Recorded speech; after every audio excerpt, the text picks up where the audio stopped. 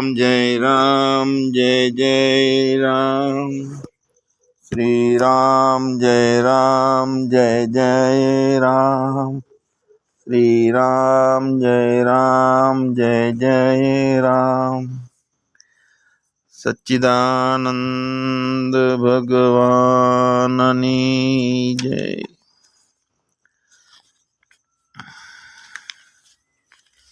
આપણે આપણા પરમાત્માથી નજીક છીએ ને છતાંય ના હોઈએ તો કેટલા દૂર છીએ એનું આપણે રોજ જોતા રહીએ જ્ઞાન સભામાં. છેલ્લે દૂરી બંધ થઈ જાય, આપણું પરમાત્માથી નજીક જતા જઈએ ને એમાં આનંદ વધતો જાય, સરવાળે બે એક થઈ જાય. હા, બંને એક થઈ જાય એટલે એને કહેવાય સાક્ષાત્કારી આત્મજ્ઞાની. પણ એ પહેલાં દ્વૈતના વિવેકથી જીવનું દ્વૈતપણું જે છે એ દૂર થાય, અને જીવનું દ્વૈતપણું નિવૃત્ત થતાં પોતાનું સ્વરૂપ જેમ છે એમ પમાય, એટલે બેનો એક થઈ જાય. છેલ્લે પરિણામ આ લાવવાનું છે કે બે ના રહે, એક જ જીવ અને બ્રહ્મની એકતા. દ્વૈત તણાસુ વિવેકથી જીવ દ્વૈત દૂર થાય, વિવેકથી સુવિવેકથી, અને જીવ દ્વૈત નિવૃત્ત થતા બ્રહ્મ રૂપ પમાય. તો એ આપણો પોતાનો વિષય આવે, સાક્ષાત્કાર છે. તો સાક્ષાત્કારી કેવો હોય?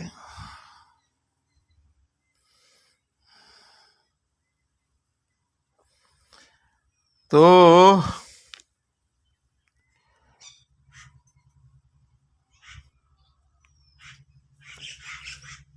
આપણે એટલું સમજેલા હોઈએ સાક્ષાત્કાર વિશેનું, આત્મા વિશેનું, તો આપણે સમજી શકીએ કે કેવો હોય. બાકી આપણે જેટલા દૂર છીએ તો એ પ્રમાણે આપણી દ્રષ્ટિ પોકે નહીં.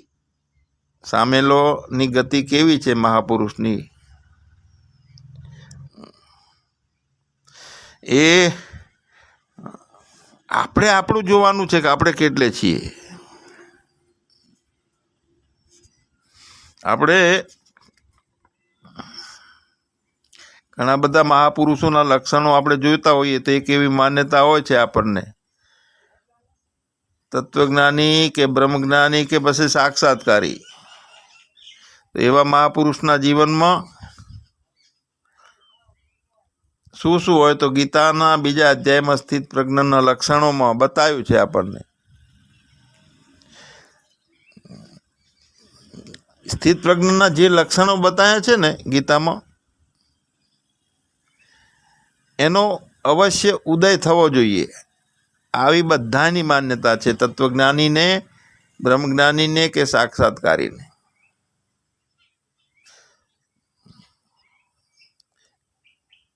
આત્મને આત્મના તુષ્ટ કાલ વાત કરી હતી, પોતાનામાં સંતુષ્ટ રહે. સંયમની વાત આવે છે કે કુર્મો અંગાની, એટલે જ્યારે કાચબો આફત ટાઈમે પોતાના અંગો પોતાના સમાઈ લે છે. અને ઘણા બધા લક્ષણો આપણે વિગતવાર ગીતામાં વાંચી લઈએ તો એ ઉદય અંદર થવો જોઈએ એવી માન્યતા છે. એટલે તત્વજ્ઞાન, બ્રહ્મજ્ઞાન અને સાક્ષાત્કારનું આવું સહજ પરિણામ હોવું જોઈએ, અને સાક્ષાત્કાર એને જ કહેવાય. તો કોને કહેવાય સાક્ષાત્કાર સાચો? તો જે જગતનું સત્યત્વ બંધ થઈ ગયું, દૂર થઈ જવું જોઈએ. ઈશ્વરનું પરોક્ષત્વ દૂર થઈ જવું જોઈએ. દૂરી, ઈશ્વર સાથેની આપણી દૂરી દૂર થવી જોઈએ. અને આત્માનું પરિચિંતત્વ એ દૂર થવું જોઈએ. એટલે પરિચિંતા એટલે વહેવા માંડે છે ને ગતિમાં, હું બની જાય છે, કરતા ભોગતા બની જાય છે. એના બદલે આનંદ સ્વરૂપ લાડવું હોય ને, અપરિચિંતા. તો જગતનું સત્યત્વ, ઈશ્વરનું પરોક્ષત્વ અને આત્માનું પરિચિંતત્વ, આ ત્રણેય એક સાથે એનું નિવૃત્ત થઈ જાય સાક્ષાત્કારીને.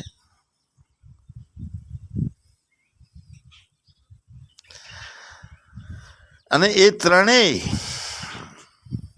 જગતનું મિથ્યાત્વ, ઈશ્વરનું અપરોક્ષ હોવું અને પોતાનું આત્માનું અપરિચિંતા એટલે સચ્ચિતને આનંદ સ્વરૂપ થયું.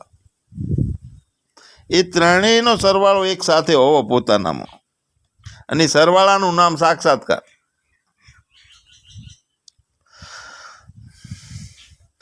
તો હવે સ્થિત પ્રજ્ઞાના લક્ષણો આપણામાં ઉદય થવા જોઈએ. છતાંય ઘણા બધામાં વ્યક્તિઓ, કેટલીક વ્યક્તિઓ જેને આપણે મહાપુરુષ તરીકે આપણે એને જાણતા હોઈએ અને એમાં આવા લક્ષણો ના પણ હોય તો આપણે એને ચોકડી મારી દઈએ કે ભાઈ આ જ્ઞાની નથી.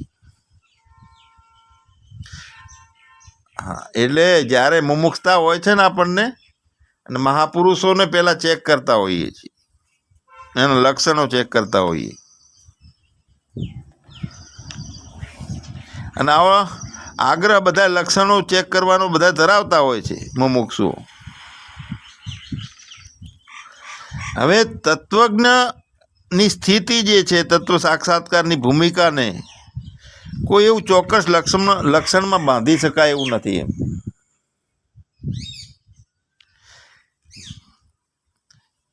એ તો આપણા અભ્યાસ માટે ઠીક છે, બધા વિચારો એ પ્રમાણે કરીએ, બાકી ત્યાં કશું જ નથી. પોતે છે અને બીજું કાંઈ નથી, એટલે એનું કોઈ લક્ષણ નથી. અને આ ભૂમિકાનું લક્ષણ એનામાં હોય તો જ તત્વજ્ઞાનિક સાક્ષાત્કારી છે, તો એવું કોઈ લક્ષણમાં આ સ્થિતિને બાંધી શકાય એવી નથી. જો અમુક કોઈ ચોક્કસ લક્ષણ એમાં હોય તો એને જ્ઞાન થયું છે, અને ના હોય તો જ્ઞાન નથી થયું એવો નિર્ણય ના લઈ શકાય એમ. કારણ કે એ પોતાને જ પોતાનામાં છે કે બીજામાં છે, પરિચિન થાય છે કે અપરિચિન છે, પોતાની ઈશ્વર સાથેની એકતા છે કે નોખું પડે છે, એ બધી એને ખબર હોય. એટલે આપણે કોઈ જોઈને કે બુદ્ધિથી માપીને કોઈનો કશું નિર્ણય કરવાનો નથી. બધે એક જ રામ રંગીલો રમતો રહેલો છે, એ દ્રષ્ટિ આપણી હોવી જોઈએ. આપણી એ ગમે તે છે. ઘણા બધા એવા સંતો આપણે જોઈએ છીએ કે એની અંદર સહજતા, સરળતા, નિર્મળતા બહુ સરસ હોય છે. સ્થિત પ્રજ્ઞ જેવા જ લક્ષણો હોય છે એમાં, અને છતાં તે બ્રહ્મ અને આત્માનું એકતાનો બોધ એને ના હોય. સ્થિત પ્રજ્ઞાના લક્ષણો હોય, ભક્ત હોય, પણ આત્માનો અને બ્રહ્મનો બોધ ના હોઈ શકે, અને સંપૂર્ણ રીતે જગત મિથ્યા ના ઠર્યું હોય એવું પણ હોય. તો લક્ષણો જે હોવા ને, તો એ લક્ષણો કોઈ સાધનથી ઉત્પન્ન થયેલા હોય, અને સાક્ષાત છે એમાં કોઈ સાધન નથી, સાક્ષાત્કાર છે એમાં. એટલે પોતાનો સાક્ષાત્કાર અને એનામાં સાક્ષાત્કારના લક્ષણો, એ બેમાં ઘણો ડિફરન્સ છે. એટલે જેમ છે એમ જે સ્થિતિ છે પોતાની આત્મ સ્વરૂપની, એને કોઈ નામ રૂપમાં બાંધી શકાય નહીં. એક જ લક્ષણ વગરનું એક જ તત્વ છે, અને જેમ છે એમ છે. એટલે ઘણાનો એવો પ્રશ્ન થાય છે કે સાચા અર્થમાં જો તત્વનો સાક્ષાત્કાર થયો હોય, અને આ લક્ષણો ભલે સાધનની રીતે એને ઊભા થયેલા હોય ના હોય, સાધનની રીતે, પણ સહજ રીતે એના જીવનમાં આવા લક્ષણો આવવા તો જોઈએ જ.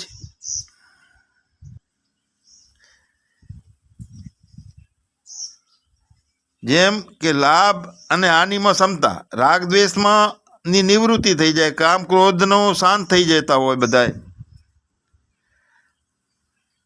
તો એવા ઘણા બધા છે એમ કે જીવનમાં હોવા જોઈએ. લાભ હાનિમાં અંદર દિલ ના ખેંચાવવું જોઈએ આપણું. અંતઃકરણની શુદ્ધિમાં આ બધું શક્ય બની શકે છે, પરોક્ષ જ્ઞાનમાં શક્ય બની શકે છે કે લાભ અને હાનિમાં ડગવું નહીં, રાગ દ્વેષની નિવૃત્તિ, એના ઉપર કંટ્રોલ કરી શકીએ છીએ, કામ ક્રોધ શાંત થઈ જાય છે.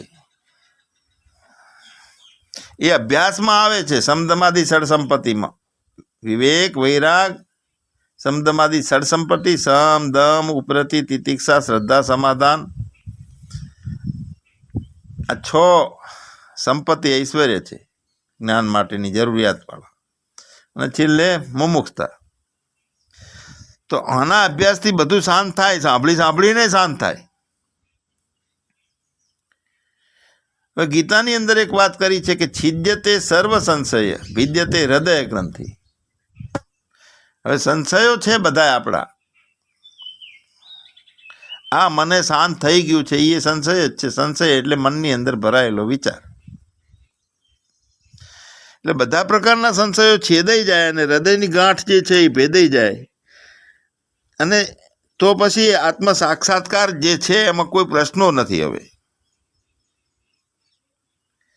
એટલે કહેવાનો મતલબ એ છે કે દ્વૈતો જે છે ને, કામ, ક્રોધ, રાગ, દ્વેષ, લોભ, મોહ, આ એ દ્વૈત છે એમ. અને પછી આપણે જે અહીંયા કરીએ છીએ વ્યવહારમાં જ્ઞાની તરીકેની ભૂમિકામાં કહેવું, સાંભળવું, નિધિ ધ્યાસન કરવું, આમાંય દ્વૈત તો છે જ ને. તો શાસ્ત્રીય દ્વૈત જે છે ને એ છેક સુધી કરવાનું છે.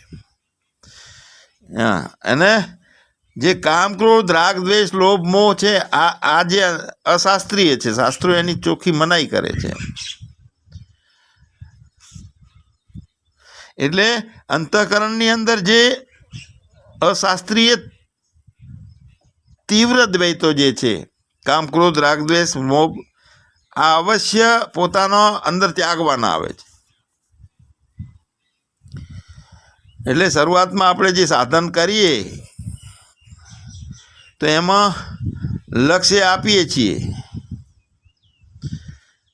કે ભાઈ મારે, ઘણી વખત આપણે સામાન્ય શબ્દોમાં કહીએ છીએ કે આ મટવાનો માર્ગ છે, આ ઓગળવાનો માર્ગ છે, અહીંયા ભરવાનું કાંઈ નથી, પામવાનું કાંઈ નથી, આ હારવાનો માર્ગ છે, વિજયનો માર્ગ નથી.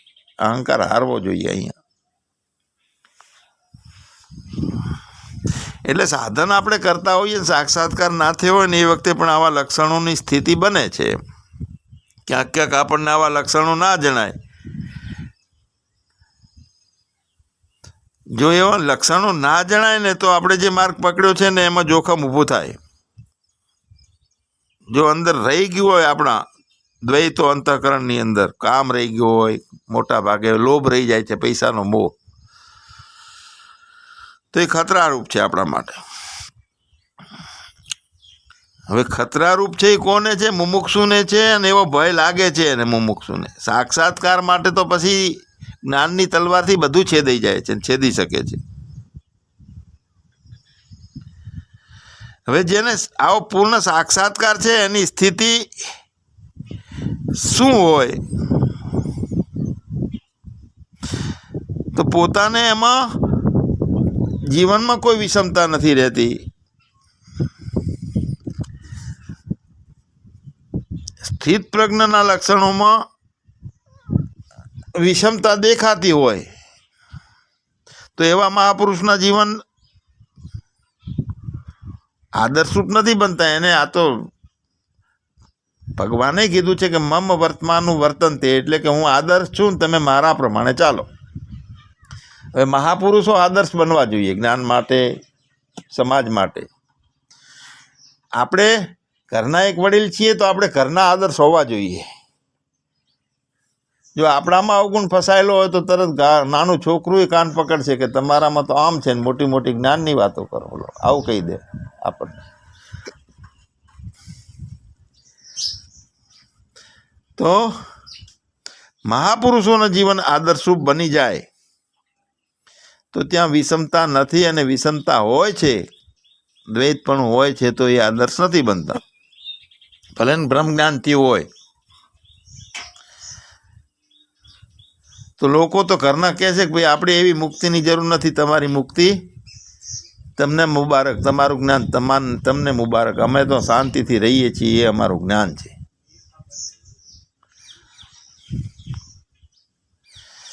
એટલે આપણે શું જીવનમાં જે નિરંકુશ તૃપ્તિ, આત્યંતિક આનંદ, એ જે સ્વીકારવાનો છે, બનવો જોઈએ આપણી અંદર, એની અંદર ભેદ આવે છે, દ્વૈતો આવે છે. એટલે દ્વૈતનો વિવેક બરોબર જો થઈ જાય આપણને, તો આમ તો ઈશ્વરે બનાવેલા દ્વૈત છે અને આપણા મનુષ્ય દ્વૈતો બનાવ્યા છે. જીવે કલ્પીને મનોમય દ્વૈતને બનાવ્યું છે, કલ્પનાઓ કરીને અલગ રીતે. તો હવે આપણને પૂર્ણ મુમુક્ષા અને જિજ્ઞાસા છે, તો એના માટે કયું દ્વૈતને ત્યાગવાનું? ઈશ્વરે બનાવેલું છે કે જીવે કલ્પ્યું તે છે તે?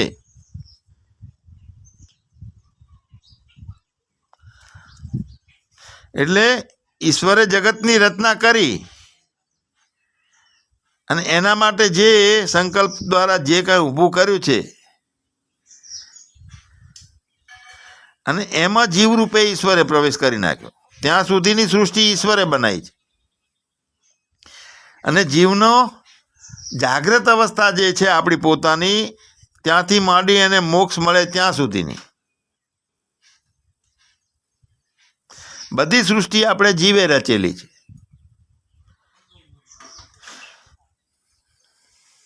હવે ઈશ્વરે રચેલા આ જગતમાં જીવ હું અને મારું કરીને બંધનનો અનુભવ કરે છે અને જીવને પોતાના સ્વરૂપનો બોધ થાય એટલે હું અને મારા પણ છૂટી જાય છે. હવે એ કલ્પીને જીવે પોતે કલ્પ્યું છે હું અને મારા પણ, એ ઈશ્વરે બનાવેલું નથી. હવે જ્યારે જીવને પોતાના સ્વરૂપનો બોધ થાય ત્યારે હું અને મારાપણાનો ત્યાગ થાય છે, તો ફક્ત એ વખતે ઈશ્વરે રચેલું જગત છે એ બાકી રહે છે. જીવે રચેલું છે ને ભ્રાંતિઓ અને સંશયો, એ બધાય દૂર થાય છે. પણ ઈશ્વરે રચેલું જે જગત છે ને એ આપણને બંધન કરતું નથી. પછી બંધન ફક્ત જીવે રચેલું જગત કરે છે, એમાં સંશયો છે અને માન્યતાની ગાંઠો ઊભી કરી છે. એટલે ભગવાનને કહેવું પડ્યું કે ભિદ્યતે હૃદય ગ્રંથિ, માન્યતાઓથી હું આવો છું ને આમ કરું તો સારું, એ ઊભી કરેલી ગાંઠ, એ હૃદયની ગ્રંથિ. અને છિદ્યતે સર્વ સંશય, જ્યાં સુધી સાક્ષાત્કાર નથી થયો ત્યાં સુધી જે કંઈ સંશયો આવે છે એ બધાય દેહ ભાવમાં આવે છે અને તેને છેદવાના છે. તો ઈશ્વર રચિત જે જગત છે એ બંધન કરતા નથી. હવે હું અને મારા પણ ઊભું થઈ ગયું છે ભગવાન આપણામાં, અને એનો ત્યાગ થાય એના માટે એક તો મનની અંદર એક બહુ ભારે વિષય છે એવું પહેરી ગયું છે ભૂત. એટલે હું અને મારાપણાનો ત્યાગ કરવા માટે ખાલી થોડી સમજની જરૂર છે. અને જેને આ વિષયને ભારે બનાવ્યો છે ને, વિવેક કરવાનો છે હું અને મારોપણું સાથી પેઠું, તો એમાં ઘણા બધા સંતો કહે છે કે જેણે એ વિષયને કલ્પીને ભારે બનાવ્યો છે ને એ બધાએ ચોરો છે, ચોરો, એવું કીધું છે. શ્રી મોટાએ તો એવું કીધું છે, નડિયાદમાં હતા એમણે, કે આ દગાખોર છે, બધે સમાજ ઉપર દગો કર્યો છે. જે વસ્તુ સહજ ને સરળ છે પોતાને જ જાણવાનો છે, એને આટલો બધો ભારે કરીને મૂકી દીધો છે.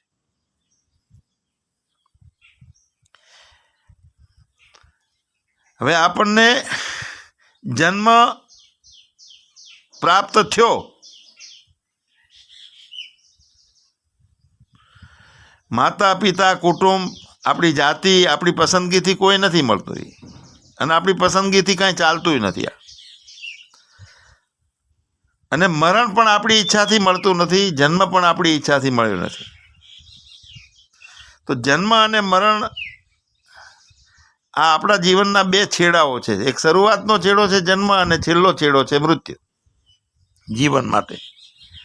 અને એ બે આપણા હાથમાં નથી. તો વચ્ચે જે જીવન છે એની અંદર ભૂતડા પહેરી ગયા છે, હું મારું. જન્મ આપણા હાથમાં નથી, શરૂઆત મૃત્યુ છે એ આપણા હાથમાં નથી.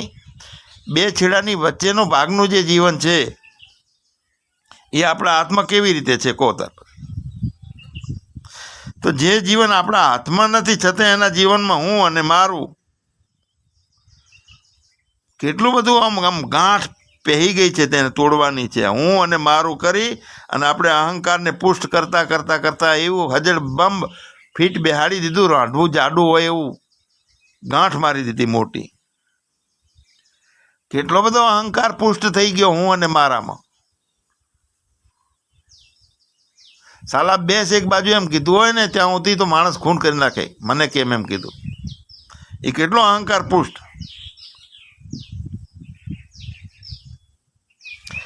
તો આ જીવાત્મા જે છે પોતે ભોગતા અને કરતા બની ગયો છે ને, એના કારણે અહંકાર વધારે પુષ્ટ થયો છે. અને અહંકાર જેટલો પુષ્ટ થયો એટલો ભોગતા વધારે બન્યો છે જીવાત્મા. તો ભગવાન જન્મ અને મૃત્યુ ઈશ્વરના હાથમાં છે, તો બટલું જીવન આપણે શા માટે ઈશ્વરના હાથમાં ના સોંપી દેવું? એટલે જાહી બીધી રાખે રામ તાહી બીધી રહ્યું. મોટા ભાગના ઉદ્વેગો ત્યાં તરત શાંત થઈ જાય છે. जिंदगी की डोर सौंप हाथ दीना नाथ के, महलों में रखे चाहे झोपड़ी में वास दे.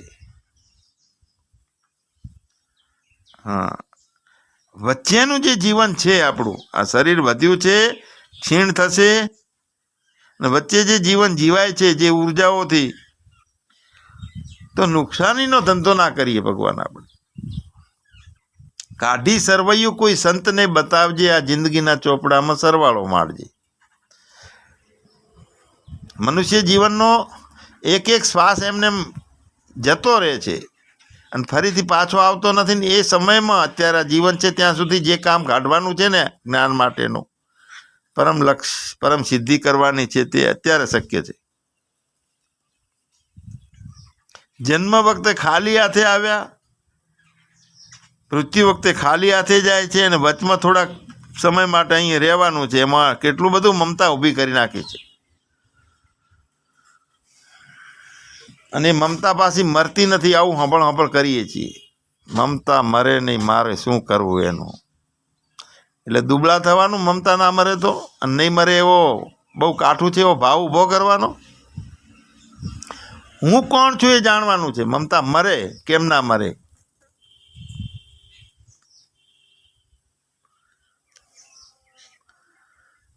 કાંઈ જ નથી, છતાંય જંજાળ કેટલી બધી ઊભી કરી છે. કેમ કરી? આમ વધારે જઈએ છીએ જંજાળ. હવે જો આ જીવાતમાં થોડો ડાયો થઈ જાય, થોડી સમજ આવે અને ઝબકીને જાગી જાય ને,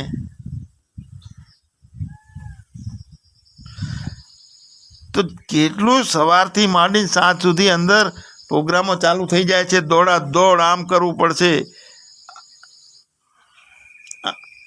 આટલું પ્રાપ્ત કરવાનું છે, આટલું નુકસાન થઈ જશે, એટલે દોડે છે. તો આટલી બધી દોડધામ, આઘા પાછી, ઝઘડા, પાપ કર્મો, આટલા બધા રાગ દ્વેષો,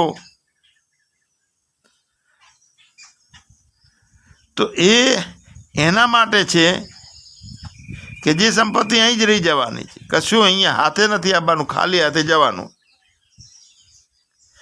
તો હવે અહીંયા રહી જવાની જે સંપત્તિ છે, એનાથી મળતા જે સાધનો છે, સુખો છે, એ ક્ષણિક છે. જે શબ્દ, સ્પર્શ, રૂપ, રસ, ગંધ, આ 5 વિષયોના સુખનો આપણે વિચાર કરીએ કે આ બધા ઇન્દ્રિયોના વિષયથી મળે છે, એનો મજા આવી ગઈ. કેરી ખાધી પણ વધારે ખાધી એટલે કંઈક રોગ થયો, એટલે નફરત થઈ.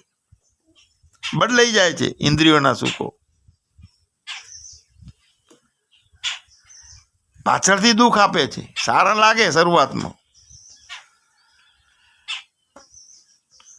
તો જો એ વિષયના સુખોનો થોડો વિચાર કરીએ, રૂપનો વિચાર કરીએ, મોહ થાય છે. માંસ, ચામડી અને મળ અને મૂત્રનું ભરેલું આ ખોખું, અને એને હું કરી અને એને બાથ ભરવાના બટકા ભરવા માટે આપણે જઈએ.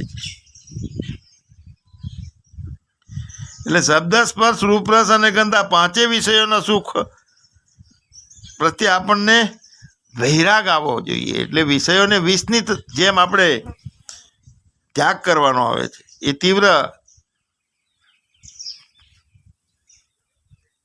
તીવ્ર દ્વૈત છે, એનો ત્યાગ કરવાનો છે.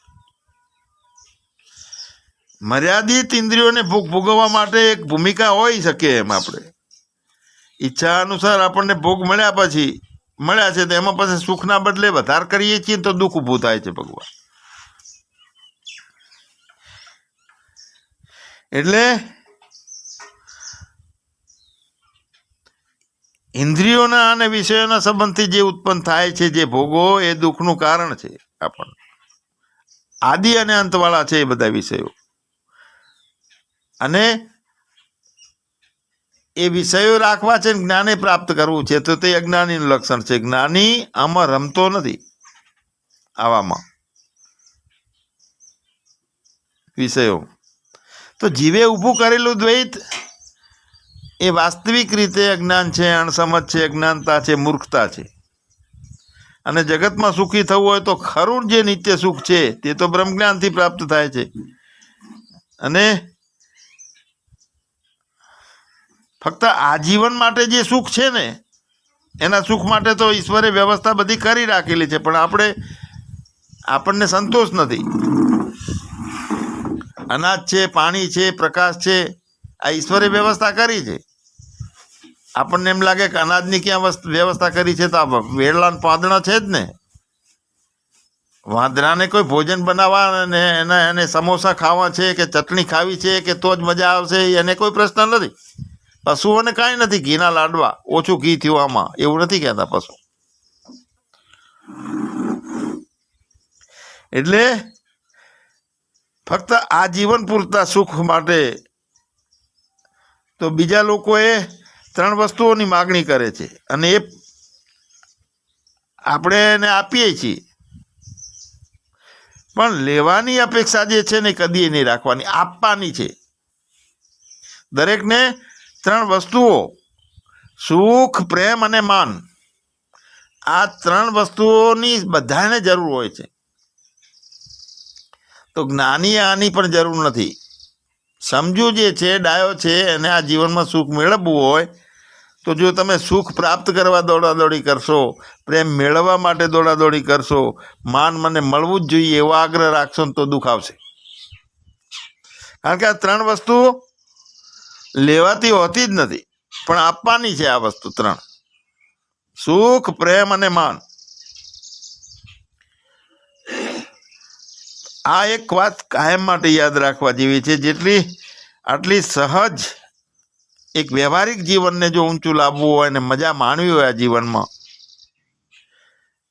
તો આટલી સમજ આપણા જીવનમાં ઊભી કરવી જોઈએ ને એ પ્રમાણે આપણે અપનાવવી જોઈએ કે આપણે સુખ લેવું નથી, બીજાને આપવું છે. પ્રેમ લેવો નથી, બીજાને આપવો છે. માન આપણે નથી જોતું, બીજાને જોઈએ આપવું છે. જો આટલું થઈ જાય તો જગતમાં જેટલા કુટુંબોના મોટા ભાગના ઝઘડાઓ બધા જે છે અંદરો અંદરના બધા બંધ થઈ જાય. દરેકના અશાંતિ ચાલુ બંધ થઈ જાય. સુખ, માન અને પ્રેમ એ લેવાની વસ્તુઓ છે જ નહીં, પણ આપવાની છે એ વસ્તુ. અને જેમ જેમ આપતા રહીએ છીએ એમ વધે જાય છે. પાછું આપવાથી વસ્તુ ઘટતી નથી, કારણ કે એ અખૂટ ભંડાર છે, એમાં ઈશ્વરે બનાવ્યો છે એનો ભંડાર.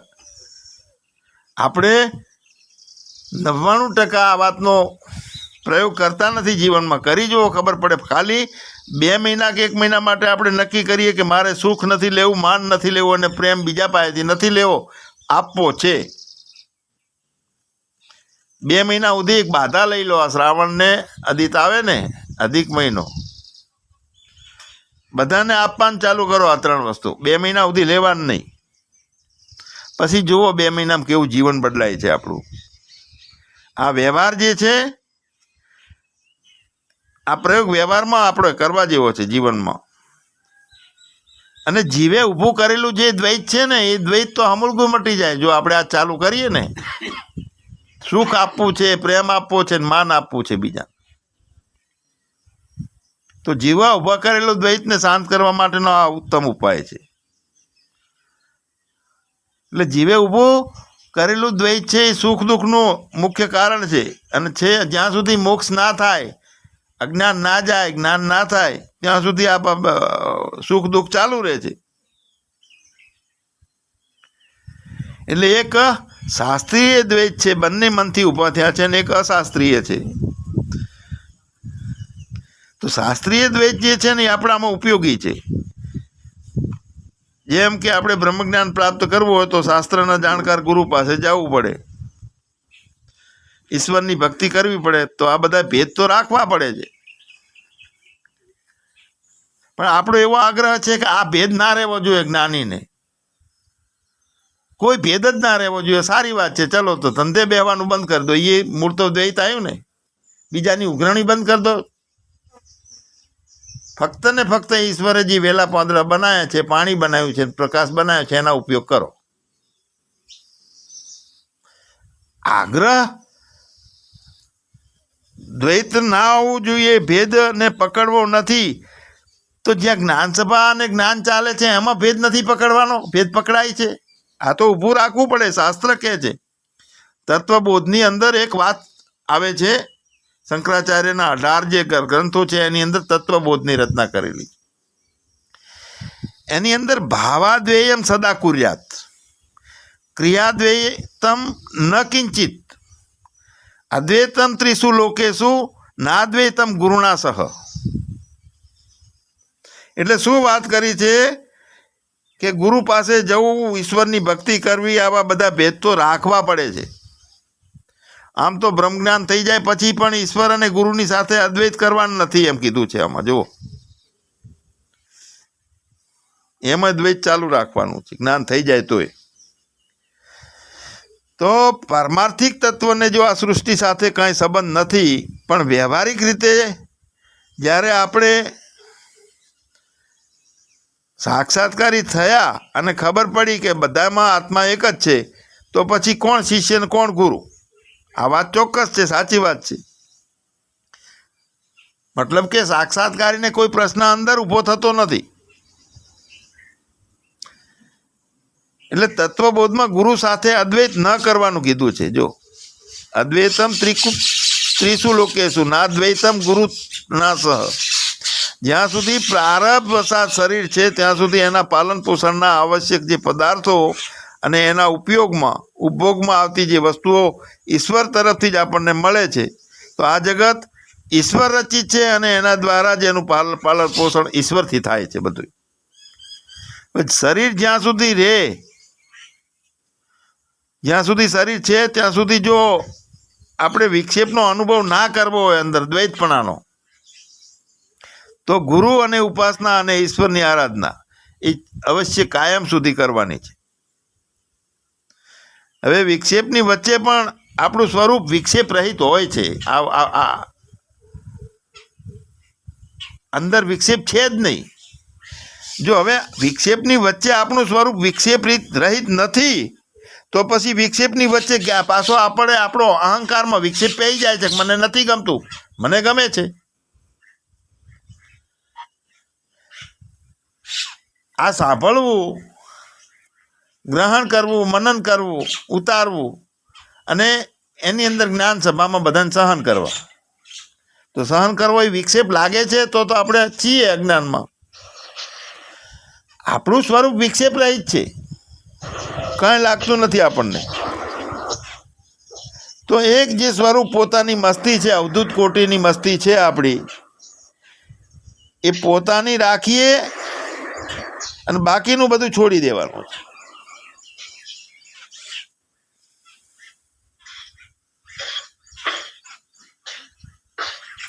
સચ્ચિદાનંદ ભગવાનની જય.